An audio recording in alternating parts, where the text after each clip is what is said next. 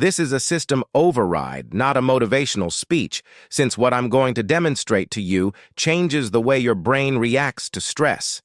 You will no longer be pleading for peace. Instead, you will begin to function as a strategist in chaos. This doesn't improve your ability to manage your emotions.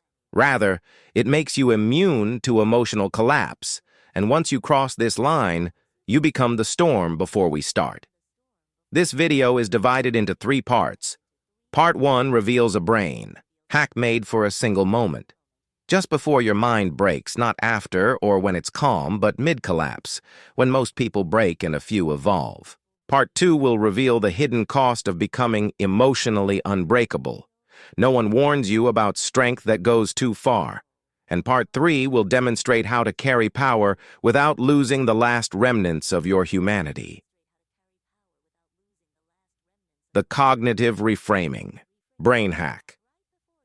Right before you break under fire, there's a point at which your mind either disintegrates or rebuilds itself. Mid-sea collapse. This brain hack was created for that exact moment. It's called cognitive reframing under fire, and it's one of the rarest and deadliest mental tools a person can acquire. It's not your usual think positive garbage. It's about weaponizing your perception when everything is falling apart. Most people experience pain and absorb it, becoming it and drowning in it, but a mind trained in reframing turns it into power in real time. The question is not why this is happening to me, but rather what aspect of me is being reforged by this. I can't take this, but let's see what I become as a result. Your brain is responding to the story you tell about it, not the outside world. You can alter the tale, alter the conclusion, reframe the experience, and turn the suffering into meaning. This is the basis of inhuman strength. You stop spiraling. You stop playing victim. You stop pleading for life to be easier, and you start demanding that you become harder to break.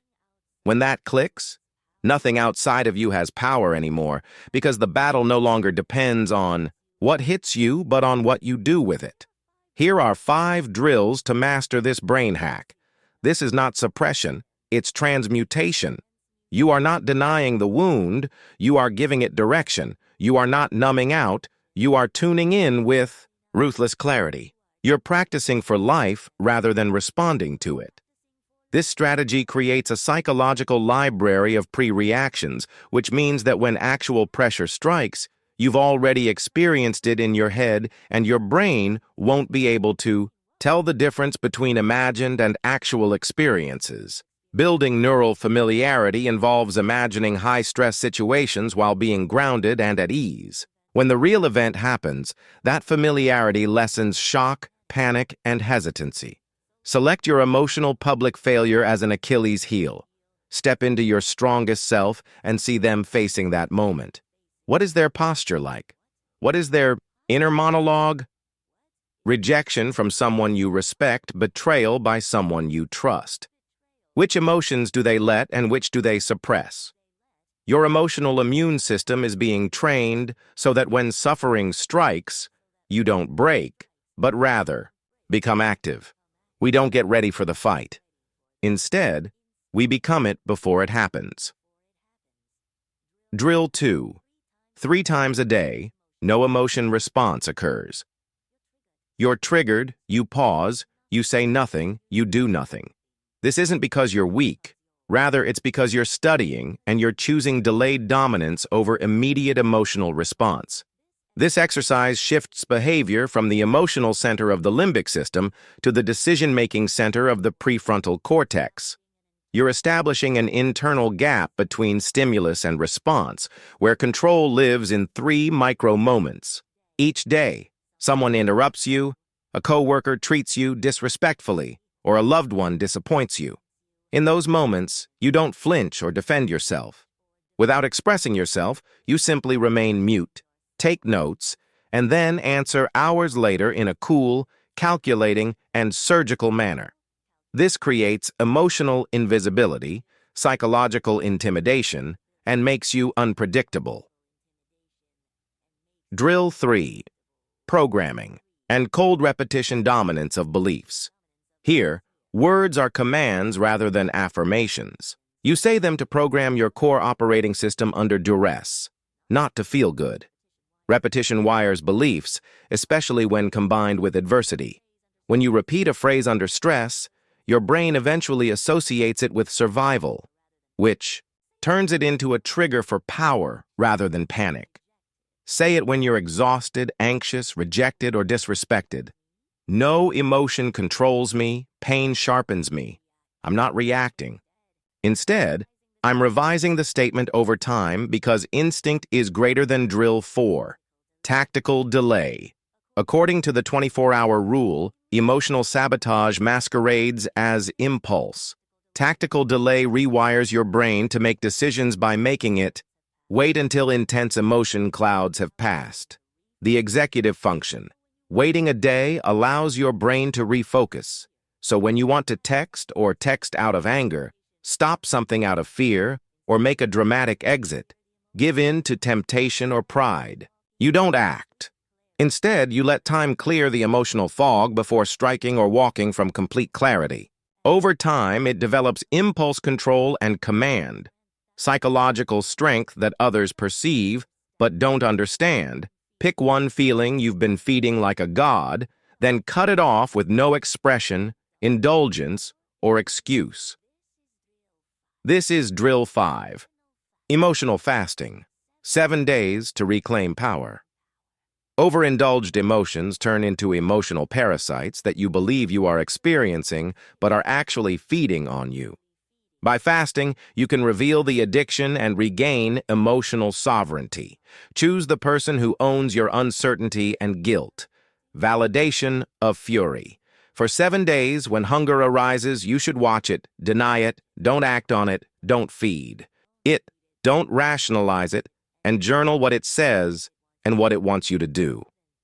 By day 7, you'll realize that it was never a part of your power. Instead, it was feeding on it. Now, you can either own it or it dies, and you're not foolish. You're just using outdated software. Whisper Secret Ruthless Intelligence and Manipulation was designed to do just that. In this mind-altering book, you'll learn the Mind Fortress technique to gain unshakable mental control under chaos. What if I told you that your intelligence could be sharpened, enhanced, and reprogrammed into something cold, efficient, unshakable?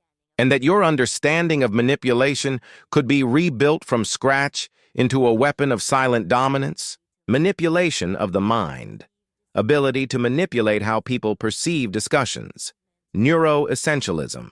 The improvement in intelligence that eliminates emotional interference. It's time to become dangerously intelligent. Read it now. The last transcendence occurs when your mind surpasses human training, which trained you to be emotional and react to plead for logic rather than possess it. The link can be found in the fundamental idea underlying all 5 drills is mental battle conditioning. Every drill aims to create a new identity under duress that fosters clarity amid turmoil rather than pleading for emotional safety. You are reclaiming the throne inside your mind by not letting your trauma or your habits take it away from you or renting it out to other people's approval, because inhuman strength comes from owning what you feel, not from feeling less. You are not training to survive storms. Rather, you are training to build them and walk through others like wind. Section 2. The 3 dangers of using inhuman strength. Weapons first warning. You begin to forget it when you stop feeling it. Extreme resilience's first casualty is not weakness, but memory. The more resilient you are, the simpler it is to ignore your past suffering. It causes blind spots in empathy, leadership, and relationships when you stop relating and instead begin judging. You see people crying and ask yourself, why can't they just get up? You forget how much it hurt, what it cost you to survive, and what it was like to be soft and still breathing. However, you've forgotten what it was like to crawl, and if you do so for too long, you'll turn into the beast that destroyed you in the past. But this time, you'll be wearing your warning. 2. Strength without vulnerability becomes control face. When you never display weakness, People stop telling you the truth and start to obey you out of fear that you project onto them. This is the trap that initially seems nice since there is no pushback, no mess, no vulnerability. But gradually that control starts to keep you from getting real feedback. No one checks you, no one challenges you, and no one tells you what you need to hear, only what they believe you want to hear. If that continues, unchecked, you don't grow wise. You become untouchable, and eventually, third warning, nothing can reach you if nothing can break you. You become the strong one all the time, but strength without cracks is a wall. And a wall doesn't just keep danger out, it keeps everything out. You'll notice strange conversations, feel like surface-level intimacy feels inefficient, vulnerability feels like a threat to your identity, and eventually you'll find yourself surrounded by silence. Not because no one is talking, but because you stopped letting anyone matter. Section 3. Developing power. Without sacrificing humanity, you reach a scary place once you've trained your mind to be unshakable and you've stopped responding, explaining, and needing. The final war isn't external, it's internal. This phase begins because true mastery isn't just about surviving pressure. It's about surviving your own power without letting it erase what made you human. Anyone can become strong when they despise weakness, but to remain human when you know. Longer need to be, that's something else entirely. That's where the greats are separated from the ghosts. So let's rebuild the map, one that keeps your spine steel and your heart intact. You've built walls so high that you can't even hear your own soul echoing inside. You've learned to suppress your emotions, reframe pain, and silence reactions.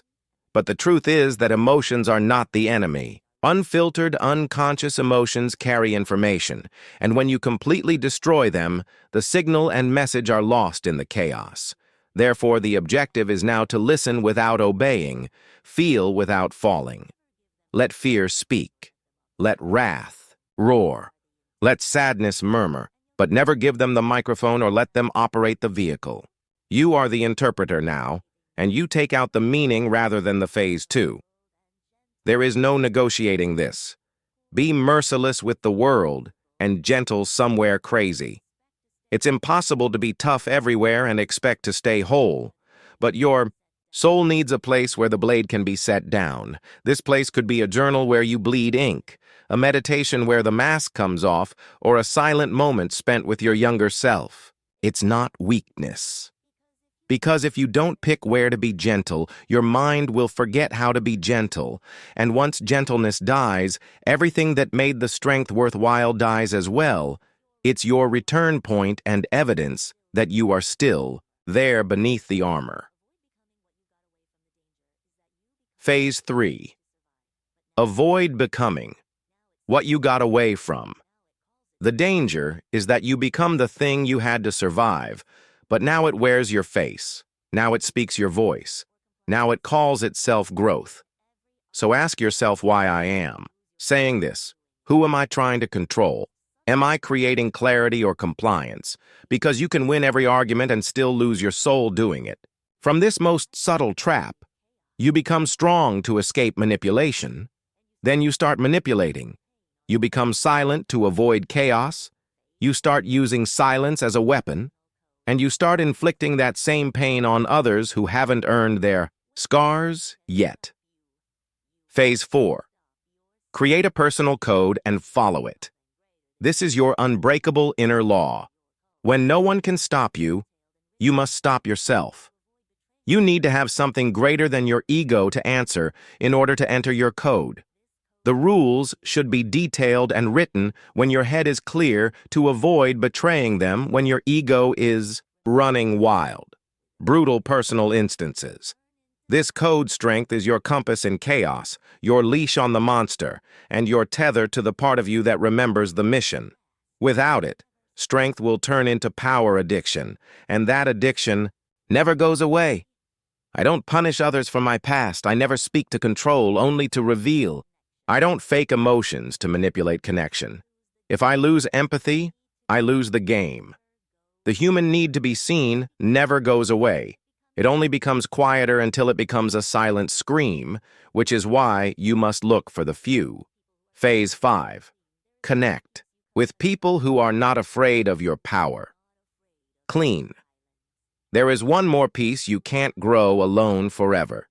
Those who are not afraid of your silence, people who challenge your thinking without requiring you to correct it, and who don't shrink when you don't react.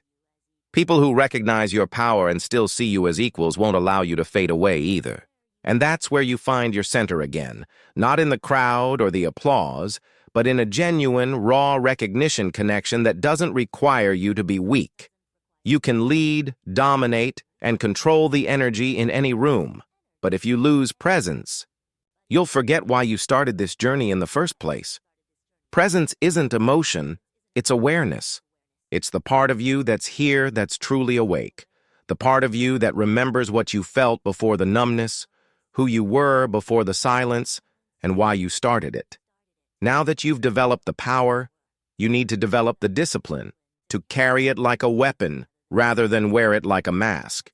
Presence is the lifeblood beneath the armor, keeping it alive or making you the armor itself.